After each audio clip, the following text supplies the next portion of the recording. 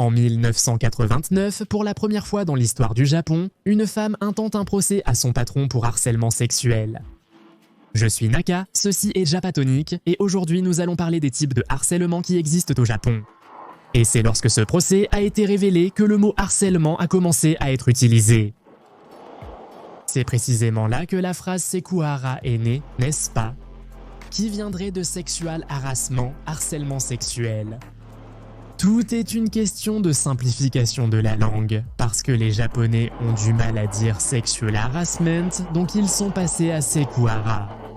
Jusqu'aux années 90, c'était quelque chose d'extrêmement courant. Le harcèlement des femmes était quelque chose d'extrêmement normalisé, au point que je me souviens même, dans une interview d'un ancien mannequin des années 80 ou peut-être des années 70, quand elle était jeune, quand elle n'était pas encore célèbre, elle racontait qu'à son époque, il était extrêmement courant qu'on l'embauche pour servir du café en bikini dans les bureaux.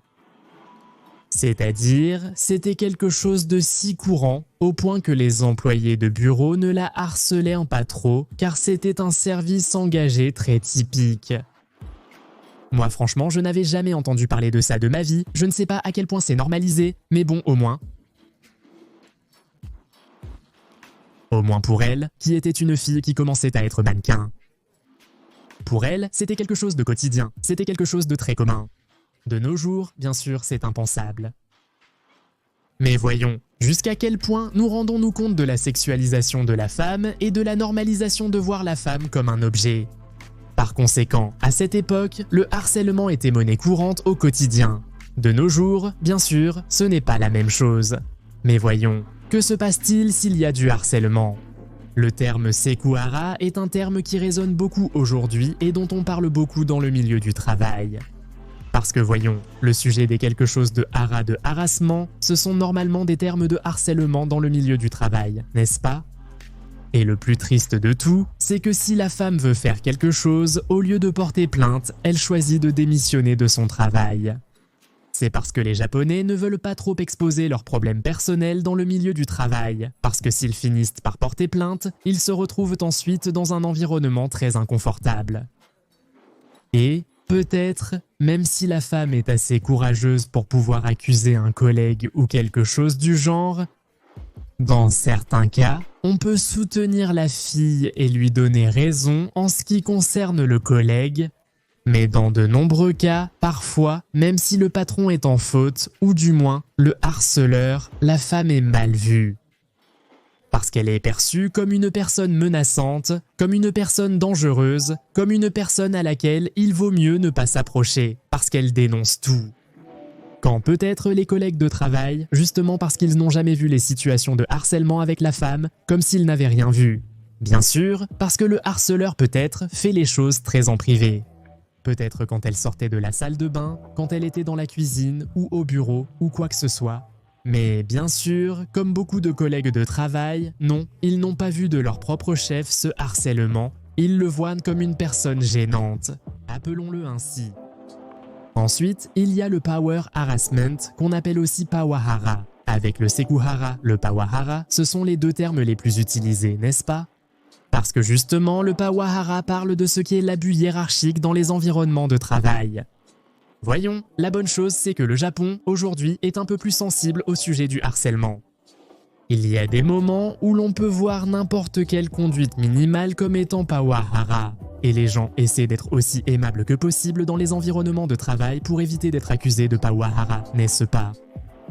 Mais que se passe-t-il lorsqu'il s'agit d'environnements de travail d'entreprise avec de nombreux employés? Je ne sais pas, un bureau de 50 personnes, 100 personnes... Là, c'est un peu difficile, que les gens prennent un peu plus soin d'eux, parce qu'il y a beaucoup de points de vue, parce qu'il y a beaucoup de personnes qui pourraient être en train de regarder. Mais quand il s'agit de petites entreprises, là, je ne sais pas, un groupe de 5 personnes, une entreprise de 10 personnes, là déjà le pawahara est beaucoup plus normalisé, parce que bien sûr, c'est un environnement petit, et appelons-le entre guillemets en confiance. Par conséquent, crier sur un employé et donner l'exemple de l'autorité du patron, parfois il le voyait comme quelque chose de très commun, c'est pourquoi le pawahara est le plus commun du monde, en quelque sorte. Et parfois, il est apparu par exemple à la télévision, viralisé, un employé à qui on crie très fort, ou même parfois un coup ou quelque chose du genre. Et parfois, un collègue l'enregistre et cela finit par passer aux actualités. Et cela se produit généralement dans de très petites entreprises, pas dans de grandes entreprises connues. En revanche, dans de grandes entreprises. C'est-à-dire des bureaux de Sony, Mitsubishi, Honda, des choses de ce genre. Là, ils font beaucoup plus attention au problème du harcèlement pour qu'il n'y ait pas, parce qu'ils ne veulent justement pas donner une mauvaise image de la marque. Par conséquent, là, ce sont des environnements un peu plus sûrs en termes de harcèlement et de ce genre de choses. C'est absolument impardonnable. Le suivant s'appelle Matahara, qui vient de Maternity Harassment. C'est très compliqué, car voyons, les entreprises peuvent donner certains avantages ou permissions aux futures mères, qui sont employées des entreprises ou celles qui ont de jeunes enfants. Comme, par exemple, les crèches ouvrent généralement à 8 h du matin et ferment à 5 h de l'après-midi. Par conséquent, si c'est l'horaire de bureau, la mère arrivera sans aucun doute au moins 1 heure en retard et elle doit partir au moins 1 heure plus tôt. Et le fait est que c'est quelque chose qui ne peut pas être négocié, c'est simple. La femme continue de travailler, elle a juste besoin de laisser son fils, et c'est quelque chose de très compréhensible. Mais beaucoup de collègues de travail n'aiment pas être compréhensifs à ce sujet. Entre eux, ils vont certainement dire quelque chose, même s'ils ne disent rien devant nous. Elle arrive toujours en retard, elle part toujours tôt, elle est payée autant et nous devons faire son travail. Et cela peut conduire à une sorte de maltraitance. Ou par exemple, refuser de lui parler, de discuter avec elle, de la traiter correctement. Ou lui dire, peut-être, lui reprocher s'ils sont au même niveau qu'elle travaille moins. Et c'est pour cela que beaucoup de femmes sont convaincues que si elles vont tomber enceintes et avoir des enfants, la meilleure option pourrait être de démissionner, d'abandonner leur carrière professionnelle. Comme je l'ai mentionné par exemple dans les problèmes de faible taux de natalité au Japon. Pourquoi les femmes par ici peuvent vouloir avoir des enfants, mais pourquoi finalement elles décident de ne pas en avoir? L'autre est le Patahara. Ça sonne très drôle, mais bon, ça vient justement du harcèlement paternel, qui est parfois même pire. Évidemment, parce que, voyons, du côté de la mère c'est beaucoup plus compréhensible, mais du côté des pères, le Japon n'est pas très tolérant. Disons qu'il n'est pas ouvert à l'idée que le père ait besoin de permission pour quoi que ce soit, aider une mère qui vient d'accoucher ou quelque chose du genre. Parce qu'au Japon, il est très typique que l'homme, s'il prend un moment de congé pendant la grossesse de la femme, que ce soit le jour de l'accouchement, essentiellement, le lendemain, retourner au travail est tout à fait normal, même dans le secteur de la construction, pas seulement dans un cadre de bureau très formel. Mais un garçon, comme il était en charge d'un petit chantier du côté des électriciens, de ce que je travaillais, a eu un fils. Et le lendemain, il travaillait, et je lui disais « Qu'est-ce que tu fais ici ?» « Non, il faut que je travaille, je suis le responsable, mais si nous pouvons faire le travail par nous-mêmes… » Mais bien sûr, parfois beaucoup ont là le chip intégré, ce qui est quelque chose de très normal. Que la femme doit s'en occuper elle-même ou que sa mère l'aide, je ne sais pas, ou une amie, je ne sais pas. Mais une fois, qu'est-ce que c'était? Il y a environ 5 ans, il semble qu'une personne, un politicien par exemple, avait utilisé son permis, sa licence de jour de repos pour paternité. Et le fait est qu'il est sorti dans les actualités parce qu'il a été le premier politicien de l'histoire à prendre des jours de congé parce que la femme a accouché et s'est même passé aux actualités. Eh bien, voyons, pour donner l'exemple, cela me semble correct, mais au point que ce soit un fait d'actualité, c'est vraiment… Cela m'a semblé très étrange. Et bien sûr, pour un homme moyen, c'est du genre « tu dois travailler », c'est-à-dire « comment tu vas te reposer parce que tu es père ». As-tu accouché toi? Comme s'il le prenait ainsi, non, certains supérieurs.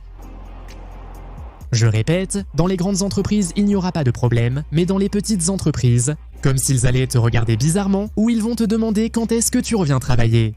Quand est-ce que tu reviens travailler? Et bien sûr, du côté des parents, on pardonne très peu.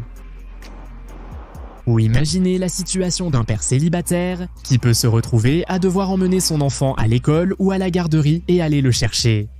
C'est pire, ils vont le regarder d'un mauvais œil. Bien qu'il puisse aussi arriver qu'il fasse preuve d'un peu plus d'empathie, précisément parce que l'enfant n'a pas de mère. Donc, il y a ce pour et ce contre, disons. Où ils peuvent empathiser et le comprendre mieux, ou ils peuvent le voir comme un ridicule qui veut profiter de sa situation pour travailler moins. Le suivant est Kasuhara, qui vient de harcèlement client. C'est quelque chose, par exemple, que beaucoup savent qu'au Japon, le service public est très bon, que le client est traité comme un dieu, comme un roi, que le client a toujours raison, etc.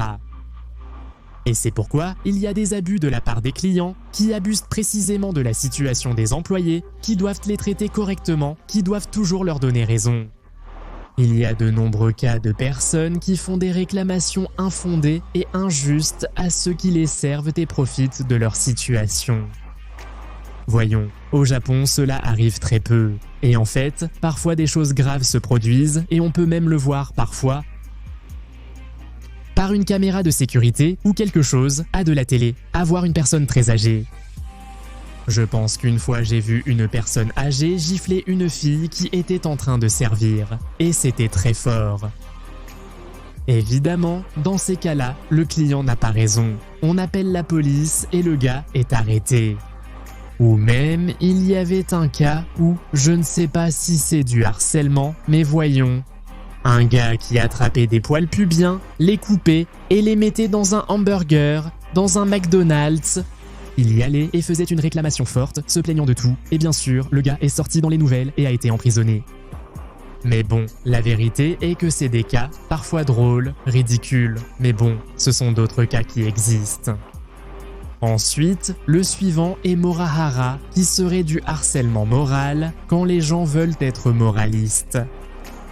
Par exemple, cela se produit à la fois dans les environnements de travail et à la maison. À la maison, ce serait essentiellement de la violence psychologique, mais dans le milieu de travail, ce serait par exemple qu'un collègue propage des rumeurs sur un autre collègue parce qu'il découvre que par exemple, celui-ci a eu beaucoup de partenaires, parce que celui-ci s'habille de telle manière, parce qu'ils ont vu sur ses réseaux sociaux qu'il a certains passe-temps étranges. Et bien sûr, qu'est-ce que cela produit ? Cela aboutit inconsciemment à une sorte de conspiration, disons, pour dénigrer une personne. Et s'il y a une plainte à faire à ce collègue, on s'en sert comme excuse, n'est-ce pas ? Que pouvez-vous me dire si vous vous êtes marié 5 fois ? Des choses comme ça. Ainsi, quand on est attaqué sur le plan moral. Et l'autre, c'est l'Aruhara, qui vient de harcèlement alcoolisé. Qui justement, bien sûr, le Japon. Comme c'est une société où l'on boit beaucoup d'alcool, beaucoup de gens sont obligés de boire avec leur chef. Et les gens qui ne boivent pas beaucoup ont plus de mal. Ou peut-être tout simplement, après le travail, il veut rentrer chez lui, ou boire seul à la maison, ou ne pas boire d'alcool, ou quoi que ce soit. Mais beaucoup de patrons les invitent et ils ne peuvent pas refuser une invitation de leur patron pour sortir boire. Voyons, en plus c'est quelque chose, c'est comme si je me rendais compte de quel genre de patrons ils sont, ceux qui passent leur temps à inviter les employés à boire tout le temps. En gros, c'est celui qui ne connaît même pas l'anniversaire de sa femme, parce qu'ils sont peut-être des gens avec une famille. Regardez ça, ce sont des saucisses qu'ils façonnent en forme de poulpe. Mais la chose est que c'est le japonais typique qui est marié, a des enfants, mais cela ne l'intéresse pas d'être à la maison avec la famille. J'ai connu, par exemple, les plus grands stéréotypes des Japonais.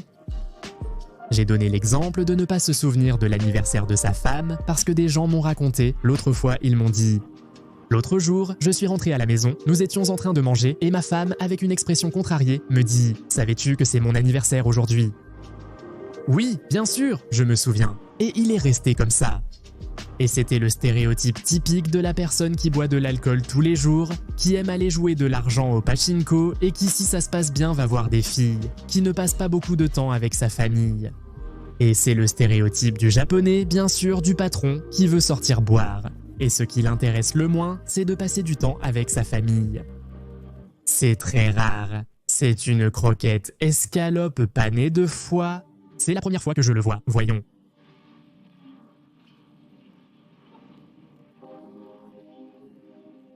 C'est bon, je ne le redemanderai pas, mais c'est différent, c'est bon.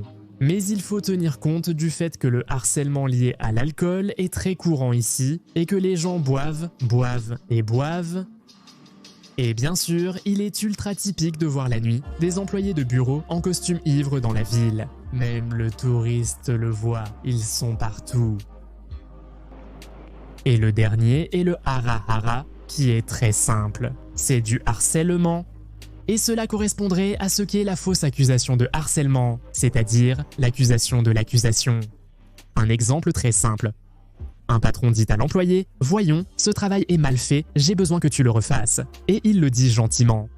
Mais l'autre dit non, non, c'est du hara-hara, tu abuses de ton pouvoir. J'ai beaucoup travaillé pour faire ce travail et maintenant tu me… Voilà, eh bien sûr, cela serait le hara-hara, la fausse accusation de harcèlement d'une sorte d'abus de pouvoir.